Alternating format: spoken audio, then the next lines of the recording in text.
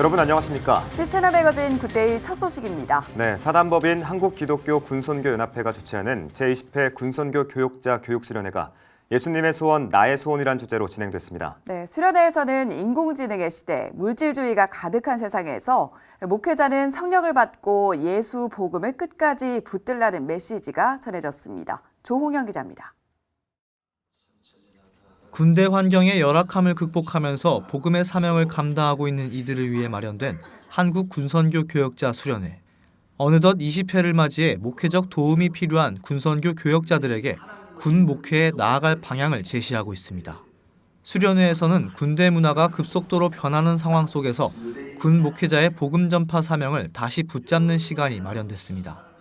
김사만 한국기독교 군선교연합회 차기 이사장은 특별 강연에서 인공지능이 아무리 사회를 바꾸고 흔들어도 영예 문제와 죄의 문제를 해결해주지 못한다면서 군선교 교역자들의 중요성을 강조했습니다. 김사만 원로 목사는 목회자들이 먼저 성령을 받고 그것을 성도들에게 전달해야 한다면서 복음을 지켜나가고 예수 그리스도를 바라보는 목회자들이 될 것을 당부했습니다. 오늘 우리는 이 세상 패역한 세대의 성령 충만함으로 마음껏 독수리처럼 날아서 5대 6대주의 복음을 전해야 된다는 거예요. 바울이나 베드로 얼마나 모두 보잘것없지만 세계를 복음하지 않습니까? 여러분들은 성령 충만함으로. 군선교의 좋은 사례를 발표하는 워크숍 시간. 군대 안에서도 이어지는 섬김과 나눔 실천의 이야기가 공유됐습니다. 육군 25사단 신병교육대 교회 장영철 목사는 훈련 틈틈이 만남의 시간을 자주 갖고 노고를 공감하고 위로하면서 건넨 붕어빵이 병사들의 마음을 움직일 수 있었다고 밝혔습니다. 아침으로 저녁으로 수시로 부대를 끈질기게 왔다 갔다 하고 모든 프로그램에 참여를 다합니다. 제가 그 붕어빵을 먹는 그 10분간 바로 5분간 간증 5분간 제가 이 복음을 전하고 또 50명 가면 50명을 또 하려고 25단의 신병교도 들어오는 모든 훈련병들에게 복음을 전하고 그다음에 붕어빵을 주는 겁니다. 사병들과 함께 발맞춰가면서 이들을 성령의 군사로 만들어가기 위한 노력. 수련회에 참석한 군선교 사역자들은 예수님의 소원, 나의 소원이라는 주제대로 하나님의 시선이 닿아 있는 군부대 복음 전파 사명을 다시 힘있게 붙잡고 나아가기로 했습니다. C채널 뉴스 조홍현입니다. 수년 동안 논란이 지속됐던 명성교회 후임자 문제가 총회 수수반이 받아들여지면서 안정화의 국면에 접어들었습니다.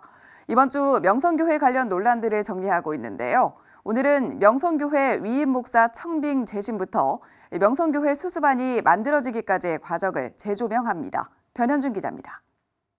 지난해 8월 7일 대한예수교장로회 통합총회 재판국에 명성교회 위임 목사 청빙 유효 판결.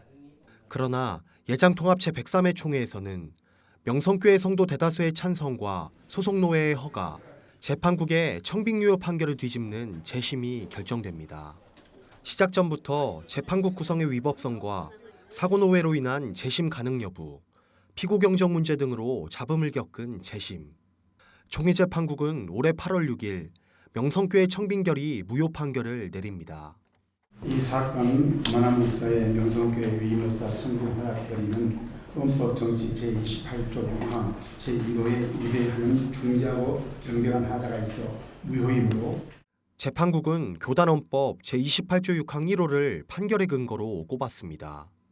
해당 조항의 수정, 삭제, 보완이 필요하다는 101회기부터 103회기에 이르는 헌법위원회 해석을 정면으로 반하는 판결을 내린 것.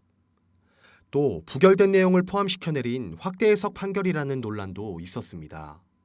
교단헌법 제28조 6항은 은퇴한 목사에게도 해당 법을 적용한다는 3호의 내용이 법 제정 당시 교회의 자율성을 심각하게 훼손할 수 있다는 이유로 부결됐는데 재판국이 그 내용을 1호에 적용시켜 판결을 내린 것입니다. 이번 재심은 너무 상식이 뛰어넘는 위법적인 부당한 그런 재심 판결이 나왔다. 그렇게 말씀드릴 수 있습니다. 은퇴한 목사는 1호에 해당시킬 수 없어요. 왜? 101회기 후반부부터 102회기 2번, 103회기 최근 4월 3일 임원회 거부한것까지 합치면 무려 하나, 둘, 셋, 4번 나왔습니다. 똑같이 거의 일괄조가 나온 게 28조 6항 1호에 은퇴한 목사는 적용할 수 없다. 그리고 수정 삭제 보완이 필요하다. 최근까지 그래 나오기 때문에 그걸 적용하면 안 되는데 이번에 그걸 적용해 버렸어요. 명성교회 청빙 문제를 둘러싼 끝없는 갈등. 이견을 좁히지 못한 채 제104회 총회가 개최됩니다. 예장통합 제104회 총회는 역시나 명성교회 위임 목사 청빙 관련 내용이 주된 안건으로 논의됐습니다. 명성교회 목회자 청빙건을 법적 다툼으로 종결할 수 없다고 판단한 대다수의 총대들은 법을 잠재하고 명성교회 문제를 수습하는 쪽으로 방향을 설정했습니다. 명성교회가 속한 서울 동남노회의 정상화를 이끌었던 최영남 목사가 명성교회 수습정권위 구성을 제안했고 총대들은 7인의 수습위원회 구성을 결의했습니다. 총대 1142명 중 1011명의 압도적인 지지였습니다.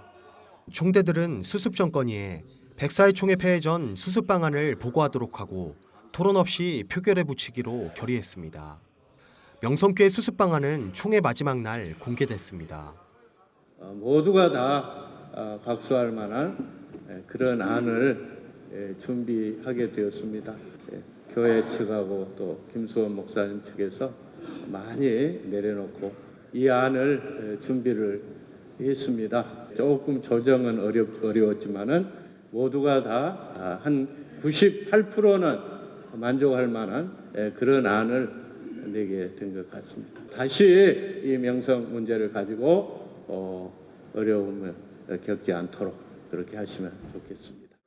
명성교회 수습정권위는 7개 항의 수습안을 통해 서울 동남노회는 가을노회에서 김수원 목사를 노회장으로 추대하되 김수원 목사는 노회장 재직 시 명성교회에 어떠한 불이익도 가하지 말라고 제안했습니다.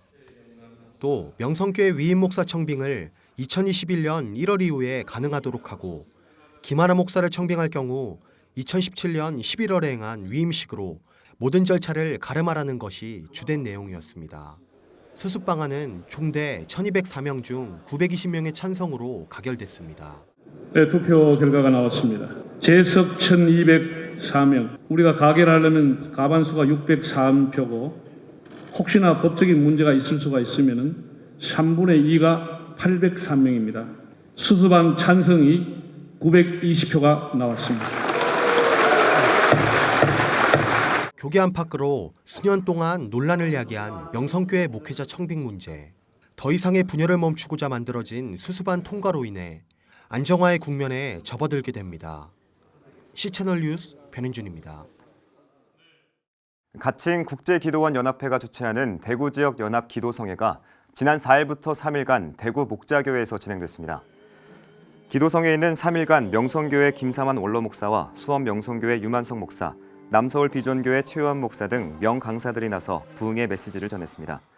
김삼환 원로 목사는 설교를 통해 한국교회는 능력이 오직 주님께 있다는 걸 깨닫고 눈에 보이는 세속 문화에 더는 의지하지 않아야 한다면서 하나님을 잘 믿는 데 초점을 맞추고 기도하면 어떤 일도 걱정할 게 없다고 밝혔습니다.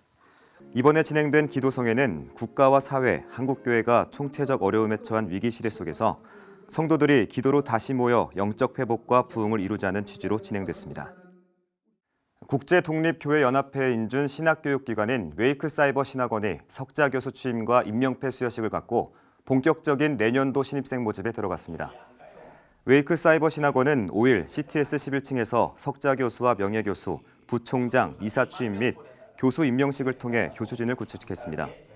전 총신대학교 총장 정일훈 교수와 전 숭실대 기독교대학원 원장 김영환 교수가 석자교수로 전 나사렛대학교 총장 임승환 교수를 명예교수로 임명하고 취임 예식을 거행했습니다. 초교파 시대에 합당한 기독교 인재 양성을 목적으로 설립된 웨이크 사이버 신학원은 전문 목회자와 평신도 지도자 양성, 교회 교육의 성장을 위한 성경 지도사와 목회 상담사 등 다양한 분야의 일꾼을 육성할 계획입니다. 웨이크, 즉 국제독립교회연합회 총회장 정인찬 목사는 제도권에 얽매이지 않고 자율성을 인정하며 개혁주의 신학에 근거한 복음주의 토대 아래 민족의 복음화와 하나님 나라의 확장에 힘쓰겠다고 밝혔습니다. 웨이크 사이버 신학원 이사장인 압구정 예수교회 이무성 목사는 차세대 목회 리더와 전문 일꾼들을 양성하고 역량을 강화하고자 한다고 강조했습니다.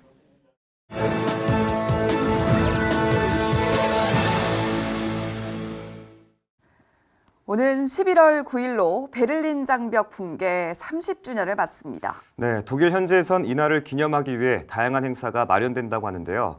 베를린 비전교회 김연배 목사 전화 연결해서 관련 소식 들어보겠습니다. 네, 목사님, 독일 현지에선 어떤 행사들이 마련되나요?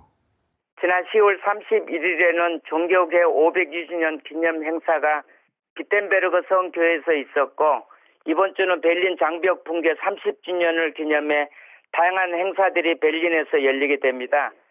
11월 4일부터 10일까지 한 주간 동안 베를린 장벽과 관련된 주요 장소 7곳에서 각종 행사와 공연, 연극, 강연, 연설, 음악 연주, 영화 상영 등을 합니다. 특별히 30년 전 장벽이 무너졌던 11월 9일 브란덴부르크 문에서 열리는 대규모 행사에서 환영 인사는 베를린 시장 마헬 밀로와 대통령 프랑크 발터 슈타인마이어가 하고요. 이어 멀티미디어를 통해 30년 전 그날의 용기, 자유 등을 표현하게 됩니다. 네, 이 베를린 장벽 붕괴의 의미가 독일 국민들에게는 어떤 의미로 남아있는지도 궁금한데요. 당시 동서독의 통일이 가능한 일이라고 생각했던 사람은 거의 없었으며 정치권에서도 통일에 대한 기대감을 찾아보기 힘들었습니다. 동독의 서기장 호네커는 베를린 장벽은 앞으로 100년 동안 지속될 것이라고 말했던데요. 그렇기 때문에 베를린 장벽 붕괴는 많은 독일인들에게 여전히 기적으로 기억되고 있습니다. 또한 베를린 장벽 붕괴는 2차 세계대전 이후 유럽에 자리 잡은 분단과 냉전이라는 체제에 마침표를 찍고 새로운 시작을 알리는 의미가 있습니다. 특히 동독 주민들에게는 자유와 번영의 기회가 열렸고 서방 세계의 공산주의에 대한 승리가 매우 의미 깊은 사건입니다. 네, 환경적으로는 통일이 주어졌고 내부적으로는 자유와 화합, 화해와 용서 등 다양한 의미들이 부여하는데요. 이런 과정에서의 교회의 역할이 지금도 계속되고 있다고 들었습니다. 그렇습니다. 독일 통일은 되었지만 여전히 옛 동독과 서독 간의 경제적, 문화적 그리고 정서적 차이가 남아 있습니다. 옛 동독 지역 주민들이 새로운 체제에 적응을 못하는 소외감과 상처의 치유, 이슬람에 대한 포용과 극복, 환경 문제 등이 요즘 독일 교회의 이슈들입니다. 통일 이후 사회 통합의 과제가 여전히 남아 있는데요. 아마도 분단 시기만큼 통합 시기도 걸릴 것입니다. 독일 교회가 이러한 문제점을 인식하고 있고 독일 사회 통합과 소통을 위해 다방면으로 노력하고 있습니다. 이런 부분들을 위해서 기도를 부탁드립니다. 네, 우리나라 역시 통일의 과제를 안고 있는 만큼 독일의 역사에서 많이 배우게 되는데요. 서두르지 않고 함께 가는 지혜가 무엇보다 필요해 보입니다. 네, 독일의 김연배 목사와 얘기 나눴습니다.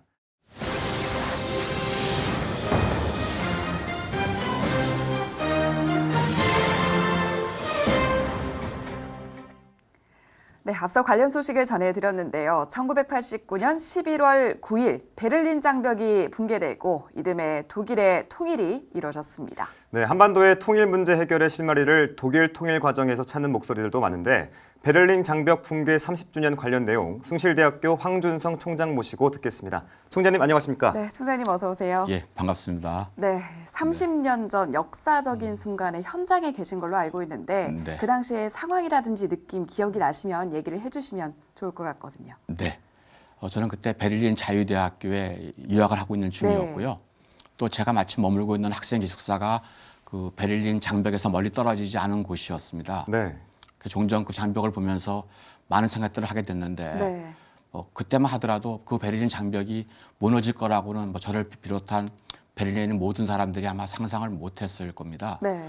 그런데 그날 저녁쯤 됐는데 갑자기 제가 방 안에서 뉴스를 보다가 갑자기 긴급 뉴스가 나오면서 베를린 장벽이 무너졌다라고 하는 뉴스를 보고 베를린 장벽 안에 동독 주민들이 올라와 있는 모습을 봤습니다. 그래서 저는 이제 바로 나와가지고 막 거기를 이제 달려가기 시작을 했죠. 버스로 가면은 한 두세 정거장 갈 수 있는 거리이긴 하지만 그 당시에 그 감격이라든지 그 충격을 이루 말할 수가 없어서 달려갔고 그때부터 서서히 이제 함성이 들리기 시작을 하는 겁니다.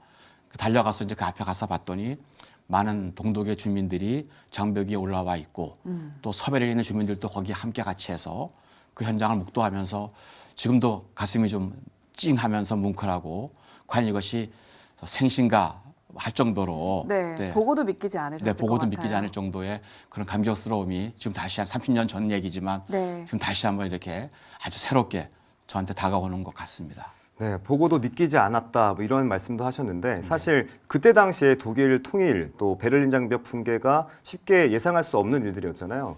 그때 당시 보면 그럼 독일에 어떠한 노력들이 있었을까요? 우리 남북한의 통일 준비하고 독일의 통일 준비는 그야말로 비교가 안 될 만큼 네. 상당한 차이를 보이고 있습니다. 문화적으로나 환경적으로. 그럼에도 불구하고 독일은 오랜 기간 동안 소위 말하면 빌리 브란트 수상의 소위 오스트폴리틱이라고 하는 동방 정책을 통해서 일관성 있게 통일을 준비를 많이 해왔었습니다. 예.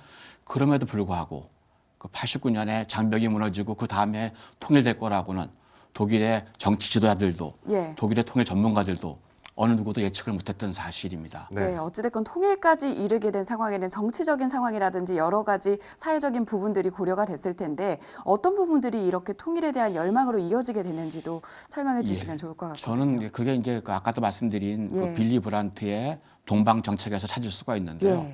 이제 3인당의 당수가 되면서 사실 그전에는 할슈타인 닥트리나라 가지고 동독과 국교를 맺고 있는 나라들하고는 서독이 국교를 안 하겠다라고 하는 단절된 외교 정책을 써왔는데 1969년으로 기억이 되는데 빌리 브란트가 수상이 되면서 그 소위 말하면 그 서독의 동독에 대한 정책을 완전히 바꾸게 됩니다. 그 소위 말하면 이제 동방 정책이라고 하는 독일 말로 오스트폴리틱이라고 하는데 그 주된 내용이 뭐냐 그러면 기본적인 슬로건이 Wir sind ein Volk, 우리는 하나의 국민이라고 하는 전제를 가지고 동서해를 나누는 것이 아니라 동질성을 가지고 통일을 하겠다고 해서 일관된 통일 정책을 준비를 쫙 해왔습니다.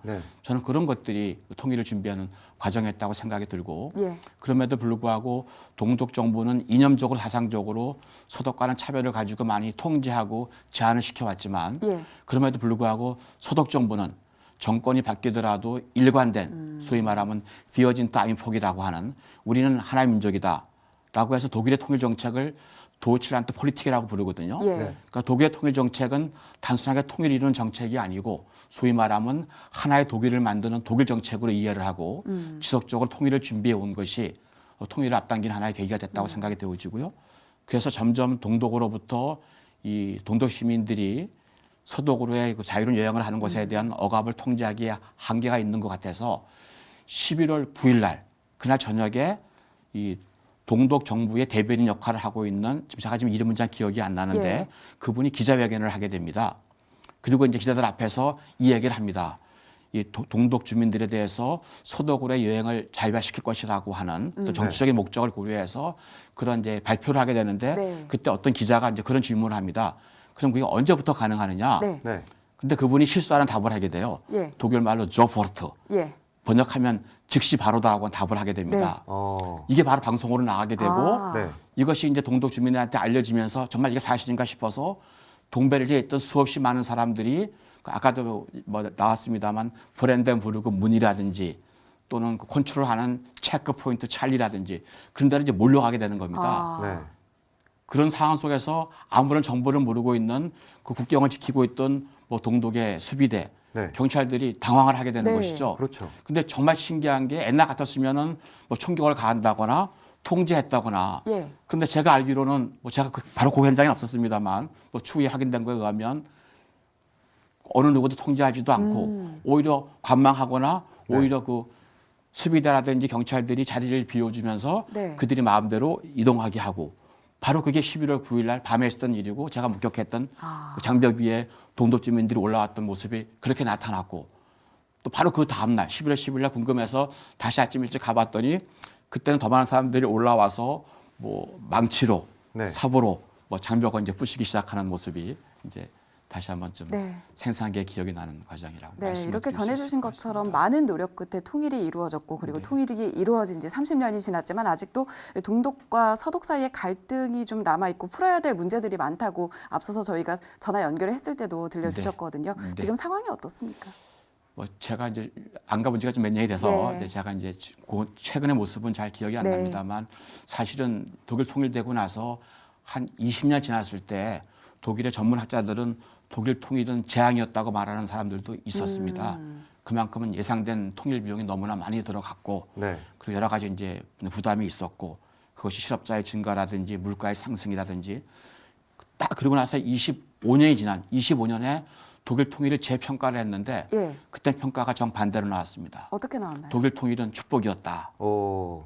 제가 독일 통일을 보면서 우리나라를 생각해 보면 우리는 통일이 된다고 하더라도 독일 통일해서 일어나는 통일의 효과를 기대하려고 그러면 네. 우리는 최소한 2배, 3배 이상 기다려야 될 것 같습니다. 그래서 네. 제가 예견을 해보면 하나님의 축복으로 통일된다고 하더라도 네. 너무 통일의 성과를 통일이 대박으로 돌아오기를 조급한 마음으로 기다리면 우리는 통일이 그야말로 재앙이고 쪽박이 될 수 있는 그런 가능성이 많기 때문에 예. 미리 한번 전망을 해보면 통일이 되더라도 통일은 꾸준한 인내심을 갖고 통일의 성과를 기다려야 된다는 생각이 좀 되어지거든요. 네. 네. 그리고 이제 25년에 어쨌든 간에 경제적으로 성과를 많이 이루어냈습니다.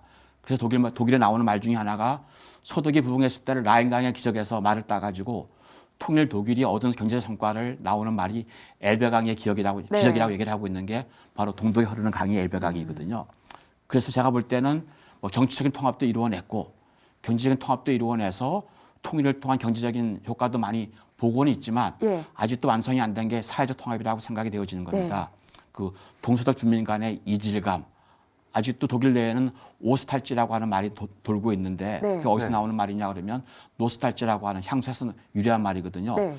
오스트가 이스트란 말이거든요. 네. 동쪽을 이제 그리우려 한다는 얘기인데 30년이 지났음에도 불구하고 지금 기성세대들은 옛날에 동독시대의 사회주의를 아직도 향수하는 거기서 유래한 말이 오스탈지라고 하는 조어가 아직도 독일 내에 존재하고 있고요.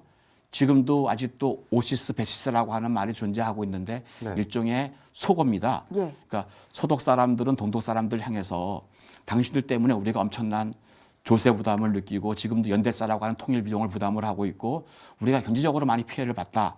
라고 해서 그들을 이제 비하해서 표현하는 것이 오시스라고 부르고 있는데 우리말하고는 뭐 또 사람이 아니고 뭐 동독 뭐 놈 이렇게 얘기할 수 있을 것 같고 예. 또 반대로 동독 사람들은 서독 사람들 향해서 베시스라고 부르고 있는데 당신들이 경제적으로 잘 살긴 하지만 당신들이 뭐 문화가 뭐 성숙돼 있느냐 인간에 대한 존엄성이 있느냐 이런 식으로 해서 또 서독 사람들을 비아냥거리는 표현이 베시스라고 부르고 있거든요. 네. 그래서 그런 것에서 아직도 사회 통합은 좀 더 가야 된다고 생각이 되고 그래서 아직도 하나의 비어진 타임포그라고 하는 하나의 민족이라는 전제를 가지고 통일을 이루어냈지만 정말 참 통일은 네. 아직도 이루어지지 않았다. 제도적, 정치적, 경제적 통합은 외견상 이루어졌는지는 모르지만 동서독 주민이 우리가 하나라고 하는 것에 대한 완전한 통일은 아직도 이루어지지 않았다고 저는 그렇게 봐지고요. 네. 그것이 바로 말씀드린 사회적 통합은 아직도 미완에 있다. 뭐 이렇게 좀 말씀을 드릴 수 있을 것 같습니다. 네. 네, 그렇다면 총장님께서 보시기에 한반도 정세는 좀 어떻게 흘러갈 것 같아요? 그러니까 만약에 지금 나타나고 있는 30년 된 독일의 통일을 보면서 우리를 예측해 보면은 조금 우울하고 좀 암울하다는 생각이 좀 되어집니다. 암울하다. 네, 저는 좀 암울하다. 네, 어떤 그러면, 측면에서? 예. 30년 동안 통일을 준비해왔던 독일에 비해서 또 그 전부터 69년서부터 동방 정책에 의해서 89년 한 20년 동안 통일을 준비해왔던 독일의 모습을 보면은 우린 그 준비는 거의 좀 전혀 안 돼 있다. 네. 그런 생각이 들고요. 특히 제가 안타까운 건 우리나라 통일 정책은 저는 상당히 일관되지 않다고 생각이 되어집니다. 뭐 아시겠습니다만 우리나라의 통일 정책은 그야말로 온탕 냉탕 왔다 갔다 하는 대중요법식 정책이었습니다. 네. 정권이 바뀌는 에 따라서 그 온도를 잴 수 없는 그래서 북한 당국도 남한을 신뢰할 수 없는 어떻게 통일을 하겠다는 것인지 그래서 그게 서독과 비교해 봤을 때 안타까움이고요. 그게 단장 아쉬움이고 이번에 문재인 정부 들어서도 거의 정치적 역량을 다 한반도의 평화 프로세스를 유지하기 위해서 노력을 했음에도 불구하고 지금 북한이 항골대하는 태도라든지 이런 것을 받아보면 네. 아직도 우리가 통일을 준비하는 데는 독일과 비교해 봤을 때 너무나 멀고 또 그림도 보여지지도 않고 청사진도 안 나와서 그런 차원에서 좀 암담하다, 우울하다는 말씀을 좀 드렸고요. 네. 드린 말씀에 좀 전 정부에 대해서 좀 따끔한 말씀 하나 드리면 네. 그래서 문재인 정부는 우리는 자꾸 중재 역할을 한다고 그러는데 저는 우리가 중재 역할을 해야 될 것이 아니고 우리는 남북 통일의 당사자로서 당사 역할을 해야 된다고 생각이 되어지고요. 물론 유엔 중심으로 북한 제재가 있기 때문에 외교적인 것에 대한 우리 나름대로의 정치적인 운신의 폭이 좁긴 하지만 좀 더 우리나라 정부가 공격적으로 능동적으로 북한을 향해서 남북 통일의 당사자라는 입장을 가지고 북한을 설득하고 노력해야 되지 않는가 좀 더 말씀을 드리면 개성공단의 개방이라든지 이상가족의 만남이라든지 그걸 조금 미국의 눈치를 좀 적게 보고 좀 더 강하고 공격적으로 능동적으로 저는 대북 관계에서 정부가 역할을 했으면 좋겠다라고 하는 것이 한 시민으로서 정부에 바라는 저 의견이기도 합니다. 네, 여러 가지 노력 끝에 남북 통일 그리고 한반도의 평화가 오기를 한마음 한뜻으로 저희가 기도해야 하겠습니다. 지금까지 숭실대학교 황준성 총장과 얘기를 나눠봤습니다. 오늘 말씀 잘 들었습니다. 고맙습니다. 네, 감사합니다. 사단법인 한국기독교 군선교연합회가 주최하는 제20회 군선교 교육자 교육수련회가 진행됐습니다. 가칭 국제기도원 연합회가 주최하는 대구 지역 연합기도성회가 지난 4일부터 3일간 대구 목자교회에서 진행됐습니다. 샬롬을 꿈꾸는 나비행동이 아프리카 돼지열병 퇴치를 위해 남북한 합동 방역 실시로 민족 공조와 남북 대화의 길을 열어야 한다는 논평을 발표했습니다.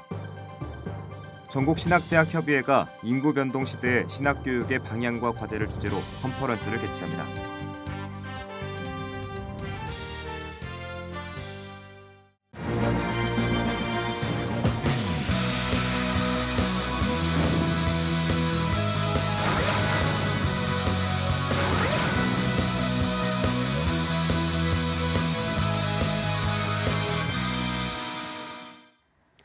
예장통합교단이 가장 먼저 내년 교회력과 목회력을 배포하기 시작했습니다. 네, 통합총회 교단 홈페이지에서 무료로 다운받아서 사용하실 수 있는데요. 말씀 읽기표로 채워져 있는 목회 달력으로 새해를 미리 계획해 보시는 것도 유익하겠습니다. 네, 시채널 매거진 굿데이 오늘 순서는 여기까지입니다. 시청해주신 여러분 고맙습니다.